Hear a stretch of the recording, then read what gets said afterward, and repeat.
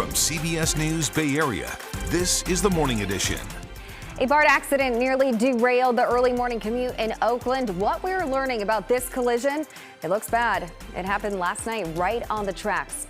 And after demands from the city leaders and the public, we are now getting a first look at the surveillance video in a deadly shooting at a San Francisco Walgreens. What this is revealing about the case. Jess. And that marine layer is strong this morning, causing some issues with visibility. But boy, are we warming up into this afternoon. We're going to be above average for a lot of us today, and I'll show you where coming up in your first alert forecast. And as we check the roadways, there's a backup already building at the Bay Bridge Toll Plaza, a trouble spot on the upper deck. Details coming up.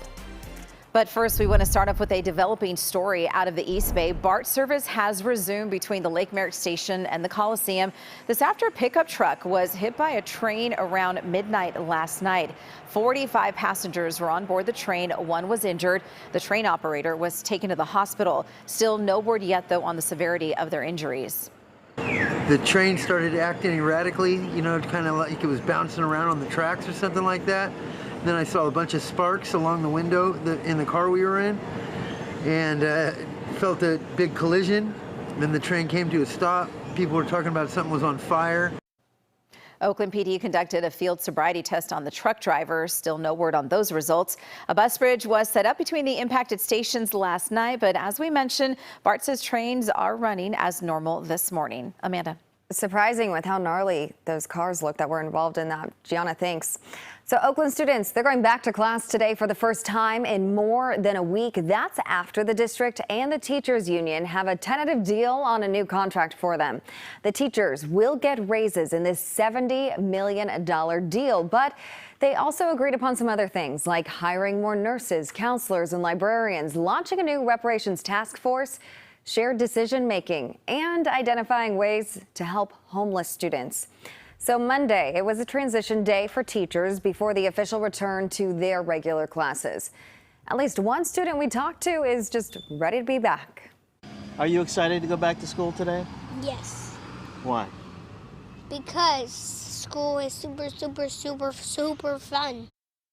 I'm glad he gets to go back and have a lot of fun. Well, union members still have to vote on the contract. Then the district will send it to the county for approval. That leaves only 8 days of class for students before school is out for the summer, which is next Thursday. Well, we are finally seeing the video that so many people have been asking for in the Banko Brown case. It's this one right here. San Francisco's DA has released the security video and other evidence in the deadly shooting. This also came with a final decision not to charge the Walgreens security guard who pulled the trigger. Betty Yu tells us the video and the DA's decision has gotten pretty strong reaction, which we've been seeing a lot of during this case, including a protest on the streets of the city. So DA Jenkins can hear you. Justice for who? Banko Brown! Hours after the DA released a video of Banko Brown's shooting, supporters rallied outside Walgreens. The public can now see what happened. A physical confrontation and later a momentary face-off that ended with the guard firing one shot. Signs read, "We saw the tape. Banko was murdered." Justice for Banko Brown! File the charges right now! They later marched to City Hall. Tapes are just telling us everything we know, that Banko was murdered because of his crime of being hungry. We know that Banko Brown was murdered for the crime of being homeless. Acknowledging that there's an emotional reaction to the video, Brooke Jenkins said she did not file charges in this case, a decision based on the evidence, surveillance video, cell phone video, witness statements, and the police interview with Michael Anthony. We had to decide whether or not we had the sufficient evidence to prove this case to 12 jurors beyond a reasonable doubt.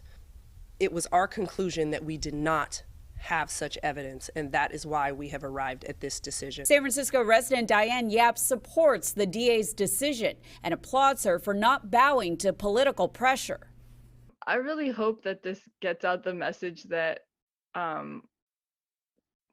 we actually are going to hold people accountable for things like shoplifting. You can't just willy-nilly go in there, shoplift, fight a guard and just walk off scot-free. I agree that it's very unfortunate that a life was lost in this incident, but I feel like DA Jenkins is, using her best judgment. Diane told us she read the 25-page report released by the DA's office. The guard told police he was in a potentially life and death situation because Banco had been aggressive. I think it's not just the guard that killed Banco, although the guard did kill Banco. I think the guard represents the system that we're in.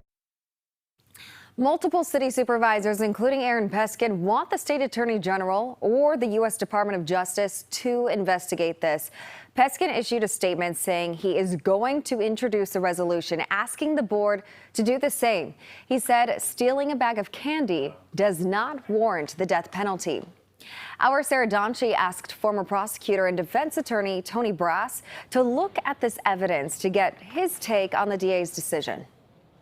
Tony Brass, thanks for being here. So I want to ask you about the evidence released today, the video, this 25-page report, witness statements. There has been a ton of reaction to this on both sides. Some people really find issue with the video in particular and feel that it doesn't necessarily show someone defending themselves, in this case, the security guard. Obviously, Ms. Jenkins talked about witness statements and giving some weight to those. What was your impression of the video, and do you see why some people are taking issue with what it showed? Well, I do. I mean, the video shows a really high level of aggression on the part of the security guard. Now, we can't hear what was being said to him, if he was being threatened, if those words made him afraid, I don't know. But when I watch the video, I see that the security guard is very aggressive, he's very physical, and he's physically dominant over Mr. Brown. And so it does not look to me that that is someone defending themselves at that point. Now, of course, the question is, was he defending himself when he fired his gun? Let me also ask you about this. In addition to the evidence, the report, the statements, the video of the altercation, some people seem to take issue with DA Jenkins' statements about the case and the initial statements about not initially charging the security guard here. Do you feel that the language that she used boxed her in one way or another? And would you have talked about the case, at least publicly, differently than the way she did? I think that her language was decisive. Whether she meant to box herself in and say, look, my view of the case is that this case cannot be charged. That's what she said. And ultimately, that's what she did.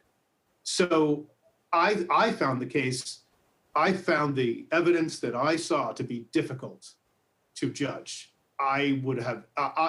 This case makes me struggle. If I ask myself, would I have charged this case? It's a very, very hard question, given what I've seen and what I've heard. I don't know if DA Jenkins struggled with it for the 72 hours she had. I don't know how it was she came to her final decision. I will say that I found the case very difficult. But I do think that her words at the initial press conference were decisive, and reversing course after that initial press conference was unrealistic. All right, Mr. Brass, thank you so much for your time.